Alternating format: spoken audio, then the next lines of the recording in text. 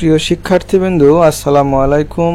BBA honours business statistics বা ব্যবসায় পরিসংখ্যানের প্রথম অধ্যায় ইন্ট্রোডাকশন টু বিজনেস স্ট্যাটিস্টিক্স অধ্যায়ের দ্বিতীয় ক্লাসে সবাইকে জানাই আন্তরিক শুভেচ্ছা ও অভিনন্দন। আমরা শুরুতেই বলেছিলাম যে এই অধ্যায়ে মাত্র 3টি ক্লাসের মাধ্যমে আমরা এই পুরো অধ্যায় শেষ করে দেব। সো আজকে হচ্ছে আমাদের দ্বিতীয় ক্লাস। আমরা গত ক্লাসে কিভাবে স্টিমলিপ ডায়াগ্রাম তৈরি করতে হয় এবং ফ্রিকোয়েন্সি ডিস্ট্রিবিউশন টেবিল, তার পাশাপাশি কিভাবে হিস্টোগ্রাম অঙ্কন করতে হয় সেই বিষয়গুলো আমরা আলোচনা করেছিলাম। আজকে আমরা বাইভেরিয়েট ফ্রিকোয়েন্সি কিভাবে অঙ্কন করতে হয় সেটি নিয়ে আলোচনা করব।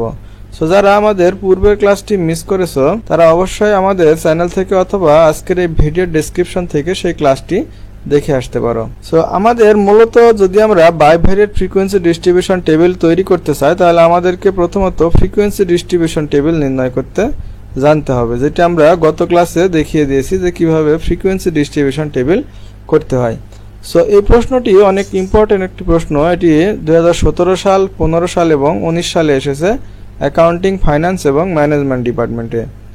সো এখানে যেটি বলা রয়েছে প্রশ্নে যে the following data represent the marks in business mathematics X and business statistics Y of 13 student prepare a bivariate frequency table from the following data. এখানে বলা রয়েছে prepare a bivariate frequency table from the following data. তার মানে আমাদেরকে এখান থেকে bivariate frequency table তৈরি করে দেখাতে হবে। সো বাইভেরিয়েট ফ্রিকোয়েন্সি টেবিলটি মূলত এরকমের হয়ে থাকে যে একদিকে এক্স এর মান দেওয়া থাকবে এবং একদিকে ওয়াই এর মান দেওয়া থাকবে, অর্থাৎ উভয় দিকেই আমাদের শ্রেণী ব্যবধান লিখতে হয়। আমরা যখন ফ্রিকোয়েন্সি ডিস্ট্রিবিউশন টেবিল করেছিলাম তখন আমাদের এই নিচ বরাবর শুধু ফ্রিকোয়েন্সির বা এই নিচ বরাবর শুধু শ্রেণী ব্যবধানের মানগুলো থাকতো, উপরে আমাদের কোনো শ্রেণী ব্যবধানের মান থাকতো না। কিন্তু যখন বাইভেরিয়েট ফ্রিকোয়েন্সি ডিস্ট্রিবিউশন টেবিল করতে হয় তখন আমাদের উপরের দিকেও শ্রেণী ব্যবধান লিখতে হয় এবং নিচের দিকেও শ্রেণী ব্যবধান লিখতে হয়। এখন আমরা কিভাবে এই শ্রেণী ব্যবধানগুলো লিখব সেটি নিয়েই আমরা আলোচনা করছি। তো আমাদের প্রথমত শ্রেণী ব্যবধান বের করে নেওয়ার জন্য, অর্থাৎ আমাদের এক্স এর যে মান দেওয়া রয়েছে 15 থেকে 25, 25 থেকে 35, অর্থাৎ এখানে ব্যবধান রয়েছে 10। এই 10 ব্যবধানটা আমরা কিভাবে পাবো সেটা আমরা প্রথমত নির্ণয় করব এবং ওয়াই এরও সেম ভাবে এখানে 40 থেকে 50, 50 থেকে 60, অর্থাৎ মাঝখানে প্রত্যেকটার ব্যবধান রয়েছে 10। এখানেও এই 10 ব্যবধানটা কোত্থেকে আসবে সেটি নিয়ে আমরা প্রথমে সমাধান করব, পরবর্তীতে আমরা এই অঙ্কটি সমাধান করব। ক্লাস ইন্টারভাল বের করার জন্য আমরা প্রথমে একটি সূত্র ব্যবহার করব। সূত্রটি হচ্ছে ক্লাস ইন্টারভাল সমান সমান উপরে থাকবে রেঞ্জ ভাগ হচ্ছে 1 + 3.322 log n। সেখানে রেঞ্জ বলতে হাইস্ট ভ্যালু থেকে লোয়েস্ট ভ্যালু বাদ দিলে যে ব্যবধানটা হয় সেটি হচ্ছে রেঞ্জ। সো আমরা যদি এখানে একটু লক্ষ্য করি যে এক্স এর সর্বোচ্চ মান হচ্ছে 62, যেটি এখানে দেওয়া রয়েছে, এবং সর্বনিম্ন মান হচ্ছে 15। তাহলে আমরা হাইস্ট 62 থেকে যদি লোয়েস্ট 15 বাদ দিই তাহলে আমাদের রেঞ্জ হয় 47। আমরা উপরে এই 47 লিখবো। এখন নিচে হচ্ছে এখানে লগ এন বলা রয়েছে। এন মানে হচ্ছে সংখ্যা, এখানে যতটা সংখ্যা রয়েছে এন এর মান হবে তত। আমরা যদি এখানে গুণে দেখি তাহলে আমাদের 13টি সংখ্যা রয়েছে এখানে।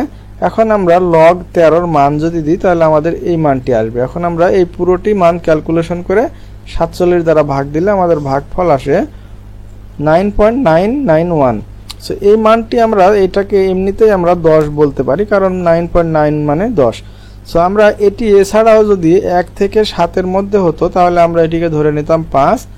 যদি আমাদের এই মানটি 8 থেকে 12 এর মধ্যে আসে তাহলে আমরা এটিকে ধরে নেব 10। 8 থেকে 12 এর মধ্যে হলে আমরা এটিকে ধরে নেব 10। যদি আমরা এই বিষয়টি নিয়ে গত ক্লাসে আলোচনা করেছি, তাহলে আমরা এখানে ধরে নিতে পারি যে the suitable class interval equal to 10। এই ক্লাস ইন্টারভালটা আমরা কোথায় ব্যবহার করব? এটা আমরা এক্স এর মান যেদিকে লিখব, এক্স এর মান এইদিকে নিচ বরাবর লেখা রয়েছে। তো আমাদের এখানে আমরা শুরু করব কোত্থেকে? সর্বনিম্ন সংখ্যা ছিল আমাদের 15, তাহলে আমরা 15 থেকে যদি 10 ব্যবধান নিই তাহলে আমাদের এখানে মান আসে 25। তাহলে আমরা 15 থেকে 25 লিখব। এখন আমরা এই 25 থেকে 35, 35 থেকে 45, 45 থেকে 55, 55 থেকে 65 এইভাবে আমরা লিখতে থাকবো সর্বোচ্চ পর্যন্ত। যেহেতু আমাদের 62 ছিল সর্বোচ্চ মান, আমাদের 65 পর্যন্ত লিখেছি, তার মানে এর মধ্যেই 62 আছে, আমাদের আর লেখার প্রয়োজন নেই। এখন আমরা ঠিক একইভাবে ওয়াই এর শ্রেণী ব্যবধানটা নির্ণয় করে নেব। যে ওয়াই এর শ্রেণী ব্যবধানের জন্য ঠিক একই সূত্র ব্যবহার করব এবং এখানেও আমরা খুঁজে দেখব যে আমাদের সর্বোচ্চ মান কত। এখানে সর্বোচ্চ মান রয়েছে 92 এবং সর্বনিম্ন মান হচ্ছে 40, যেটি এখানে লাস্টে দেওয়া রয়েছে। তাহলে আমরা এখানেও বাদ দিলে আমাদের রেঞ্জ দাঁড়ায় 52। এখন উপরে এই 52 লিখবো, নিচে আমরা সেম কাজটি করব, করে এটি যদি আমরা ক্যালকুলেশন করি তাহলে এটির মান দাঁড়ায় 11.06। তাহলে 11.06 হলেও আমরা এটিকে ধরে নিব কত 10, কারণ আমাদের নিয়ম হচ্ছে যদি 8 থেকে 12-র মধ্যে আসে এই মানটা তাহলে আমরা সেটিকে 10 ধরে নিব। তাহলে আমরা এখানেও সেম ভাবে উপরের দিকে লিখেছি শ্রেণী ব্যবধান y এর, যে আমাদের সর্বনিম্ন সংখ্যা ছিল 40, তাহলে আমরা 40 থেকে শুরু করব। 40 থেকে 10 ব্যবধান নিলে হয় 50, তার মানে 40 থেকে 50, 50 থেকে 60, 60 থেকে 70, 70 থেকে 80, 80 থেকে 90, 90 থেকে 100। আমাদের সর্বোচ্চ ভ্যালু ছিল 90, তার মানে আমাদের এই 90টা যেহেতু এখানে রয়েছে আমরা এর পরবর্তীতে আর ঘর নেওয়ার প্রয়োজন নাই। এখন আমরা কি করব, এখন আমরা প্রথম সংখ্যা অনুযায়ী মেলাবো এবং একটা করে টান দিয়ে নেব। তাহলে আমরা এখানে দেখব যে এখন আমাদের মোস্ট ইম্পর্টেন্ট যে কাজটি সেটি হচ্ছে এই ট্যালি এর মানগুলো আমাদেরকে বের করতে হবে। আমরা এটি কিভাবে করব দেখি, যে আমাদের x এর প্রথম মান হচ্ছে 32 এবং y এর প্রথম মান হচ্ছে 75। এখন আমরা এটিকে মিল করব এখানে, যে x এর 32 আছে কোন ঘরে, x এর মান রয়েছে এই ঘরে, সো x এর 32 মানটা রয়েছে 25 থেকে 35 এই ঘরে রয়েছে। তাহলে আমরা এই ঘর সোজা একটা টান দিব, কিন্তু কোন ঘরে টান দিব সেটি ডিসাইড হবে y এর মান অনুযায়ী।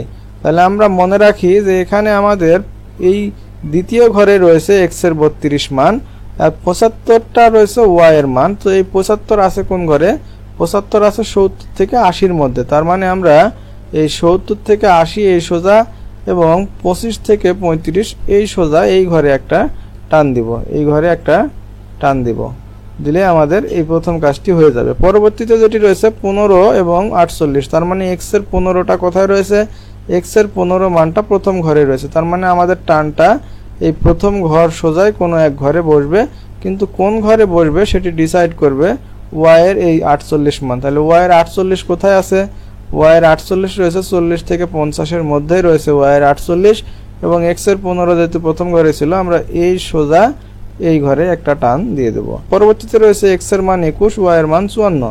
তাহলে x এর 21 মান কোন ঘরে রয়েছে, এই প্রথম ঘরে রয়েছে, যে 15 থেকে 25-এর মধ্যেই, এবং y এর 54 রয়েছে এই 50 থেকে 60-এর মধ্যে। তার মানে আমরা এই ঘর সোজা এবং এই ঘর সোজা সেন্টারে একটি রেখা টেনে দেব। এরপর রয়েছে কত 27 এবং 70, তার মানে x এর 27 রয়েছে 25 থেকে 35 এই ঘরে, এবং y এর 70 রয়েছে আমাদের এই যে 60 থেকে 70 এবং 70 থেকে 80। যদি আমাদের ডাবল সংখ্যা হয়, যেমন আমাদের যদি 70 বলেছে এখানে, তাহলে আমরা প্রথমটা না ধরে পরেরটাতে ধরবো। এটা কেন ধরবো এই বিষয়ে আমরা গত ক্লাসে বলেছিলাম। তাহলে আমরা এই x এর মান কত 27 ছিল, 27 আমাদের এই 27 রয়েছে এই সোজা এবং 70 রয়েছে আমাদের এই সোজা, ওই জন্য আমরা এই ঘরে একটি টান দেব। পরবর্তীতে রয়েছে 58 এবং 92। তাহলে 58 x এর 58 মান কোথায় রয়েছে, 55 থেকে 65-র ঘরে এখানে 58 মান রয়েছে। তার মানে আমাদের রেখাটা এই বরাবর টানতে হবে কোনো এক ঘরে, কিন্তু এই রেখাটা কোন ঘরে বসবে সেটি নির্ণয় করবে y এর মান। y এর মান হচ্ছে 92, তাহলে 92 কোন ঘরে আছে, 90 থেকে 100-র মধ্যে। তার মানে এই সোজা এবং এইখানে এই সোজা এই লাস্টের ঘরে একটা টান দিতে হবে। আমরা এইভাবে প্রত্যেকটার মানে টান দিয়ে দেব, দেওয়ার পরে আমরা এগুলোকে নিচে যোগ করব, যে টোটাল এখানে যে কয়টা হবে টোটাল করব, এখানে যে কয়টা টোটাল করব, এখানে যে কয়টা হবে টোটাল করব, এই দিকেও আমরা টোটাল করব, এই দিকেও করার পরে আমরা এই দিকে যদি যোগ করি যে 13 হবে, আমরা এই দিকে যোগ করলেও 13 হবে। সো এইভাবে আমরা বাইভেরিয়েট ফ্রিকোয়েন্সি ডিস্ট্রিবিউশন টেবিল করে ফেলতে পারবো। যদিও তোমাদের এই অঙ্কে কোনো সমস্যা না হওয়ার কথা, তারপরে যদি কোনো সমস্যা হয় তোমরা অবশ্যই কমেন্টের মাধ্যমে জানাবে, আমি সমাধান করে দেওয়ার চেষ্টা করব ইনশাআল্লাহ। পরবর্তী ক্লাসে আমরা আরো 3টি যে গ্রাফ রয়েছে, হিস্টোগ্রাম, পলিগন, কার্ভ এবং অজিভ, এছাড়াও আমাদের একটি পাই চার্ট অঙ্কন করতে হয় এই অধ্যায়ে। আমরা পরবর্তী ক্লাসে এই 4টি বিষয় নিয়ে আলোচনা করব, যে কিভাবে কার্ভ, পলিগন, অজিভ অঙ্কন করতে হয়, পাশাপাশি পাই চার্ট অঙ্কন করতে হয় সেটি কিভাবে আমরা সেটিও দেখে নেব। এই 3টি ক্লাসের মধ্যেই আমরা আমাদের প্রথম অধ্যায় শেষ করে নেব। তাহলে তোমরা এখান থেকে মোটামুটি সি পার্টে 10 মার্কের পাশাপাশি বি পার্টে 4 মার্কও কমন পেয়ে যাবে। তো ভালো থাকবে সবাই, আল্লাহ হাফেজ।